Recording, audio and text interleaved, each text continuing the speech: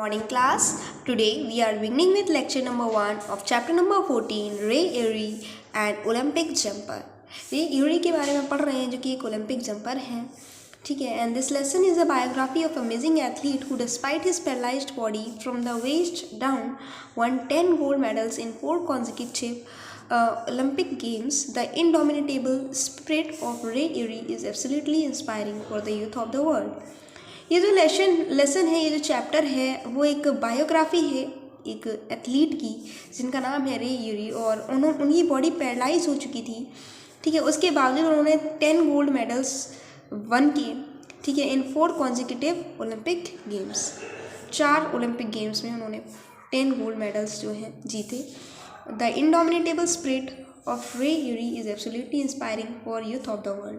और आज के यूथ के लिए, आज के युवा के लिए उनकी जो ये स्पिरिट है, जो उनकी जो आदत है, उन्होंने जिस तरीके से खेला है, ये सब कुछ जो है बहुत इंस्पायरिंग रहा है.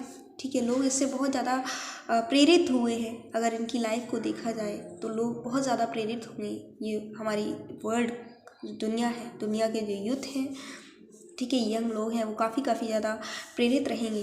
रे Yuri was truly an amazing athlete winning 10 Olympic gold medals in 4 consecutive Olympic games. रे यूरी जो हैं उन्होंने 10 ओलंपिक गोल्ड मेडल्स जीते थे. ठीक है. In 4 consecutive Olympic games, 4 Olympic games में, एक तो जो 1900 में 1900 में हुआ है, एक 1904 में हुआ है, एक 1906 में और एक 1908 में. इन चारों में ही इन्होंने ओलंपिक गोल्ड मेडल जीते हैं. इन द स्टैंडिंग हाई जंप 1900 में स्टैंडिंग हाई जंप के लिए, ठीक है, स्टैंडिंग ब्रॉड जंप के लिए और स्टैंडिंग ट्रिपल जंप के लिए इन्होंने इन चारों कॉन्जिक्यूटिव ईयर्स में गोल्ड मेडल जीते हैं. While he is considered to be the all-time leading exponent of these events, Erie's achievement has a deeper aspect. He was born paralyzed from the waist down. While he is considered to be all-time leading exponent of these events, अब क्योंकि ये एक तरीके से symbol रह चुके हैं, ठीक है, इन सारी इवेंट्स के लिए एक्सपोनेंट रह चुके हैं, कह लो एक तरीके से सिंबल रह चुके हैं, प्रतीक रह चुके हैं इन सारी इवेंट्स के तौर पर. ठीक है. लेकिन इसके अलावा भी यूरी की अचीवमेंट की एक डीपर एस्पेक्ट भी है, एक डीपर साइड भी है.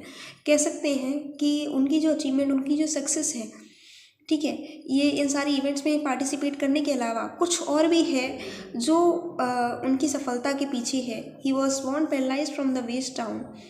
वो पैरालाइज थे. ठीक है. वेस्ट, कमर से नीचे की तरफ से वो पूरा पैरालाइज थे.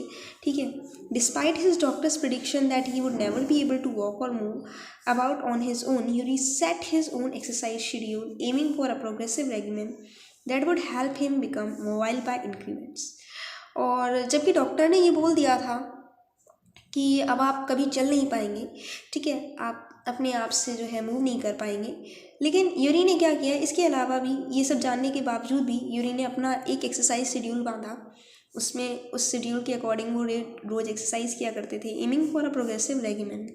ठीक है. उनका बस एक ही लक्ष्य था, एक्सरसाइज अभी करना, एक रेगुलर डाइट लेना. Aiming for a progressive regimen that would help him become mobile by increments. मतलब इन्होंने अपना डाइट भी उसके अकॉर्डिंग रखा, इन्होंने अपनी एक्सरसाइजेस भी रेगुलरली करी ताकि वो वापस से कैसे हो जाए, मोबाइल हो सके. मोबाइल यानी कि वो चल सके, मूव कर सके, है ना, धीरे धीरे, बाय इंक्रीमेंट्स मतलब ग्रेजुअली, धीरे धीरे जो है इंक्रीज़ करे. ठीक है. धीरे धीरे उनकी जो मूवमेंट है वो इंक्रीज़ हो, धीरे धीरे वो चलना स्टार्ट कर पाएँ. तो उन्होंने उसके अकॉर्डिंग एक्सरसाइजेस करनी स्टार्ट करी, डाइट लेनी स्टार्ट करी. By determination and years of his gruelling therapy he achieved his गोल.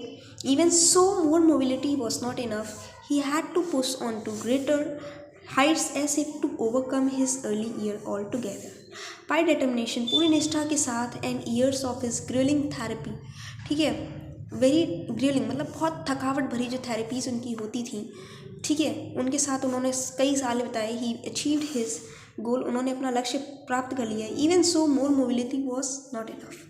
लेकिन अभी भी ये सब काफ़ी नहीं था. He had to push on to greater height as if to overcome his early years altogether. उन्हें अब और ऊंचाई पे जाना था ताकि जो बीते हुए पिछले जो साल थे जिसमें वो चल नहीं पाए, जिसमें उन्होंने बहुत ज़्यादा स्ट्रगल किया, उन सबको वो ओवरकम कर सकें, है ना. In his 20s he became the New York athletic club star performer in the standing jump.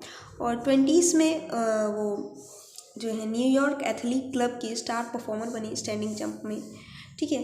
The standing jump for regular event in Ewry's time, standing jump जो है रेगुलर इवेंट रहता था यूरी के टाइम का, मतलब यूरी ज़्यादातर standing jump में participate करते थे। Often standing jump athlete had weights in their hand to add momentum as did the ancient Greeks when they perform the running broad jump.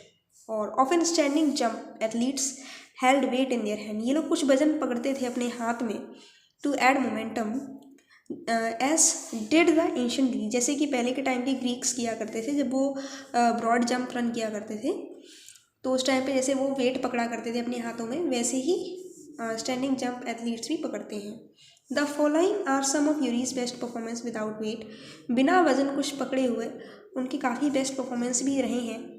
तो ये यहाँ पे इन्होंने बताया है। In the Olympic eight Paris, Paris में जो ओलंपिक हुआ था जुलाई 1906 में, he did a standing high jump of 5 feet, उन्होंने स्टैंडिंग हाई जंप किया 5, जो कि 5 फीट 5 इंचेस की थी। Again at the same game in Paris he hit a mark in the standing hop step and jump of 34 feet 8.5 inch, ठीक है। और इसी सेम गेम में जो कि 1906 में हुआ था पेरिस में, उन्होंने स्टैंडिंग हॉप स्टेप और जंप में भी काफ़ी अच्छा किया, करीबन 34 फीट 8.5 इंचेस की हाइट पर किया। Then on 4 August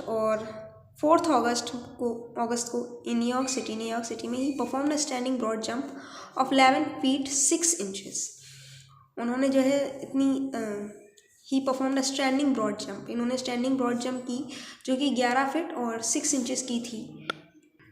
While the standing jumper continued from the Olympics in 1910, Ray Urey's record of 10 gold track and field medals lives on, and even more so does the influence of his indomitable spirit. While the standing jumper discontinued from the Olympic 1910, अब क्योंकि 1910 के Olympic के बाद standing jump discontinue रहा, मतलब कभी हुआ कभी नहीं हुआ, ऐसा कंटिन्यूस में नहीं रहा।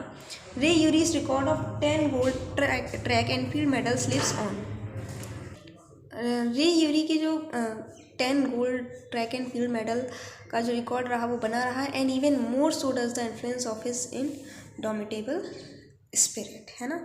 इनडोमिटेबल मतलब जिसको कोई ओवरकम कर ही नहीं सकता, एक ऐसी स्पिरिट के साथ उन्होंने इतना सब कुछ अचीव किया।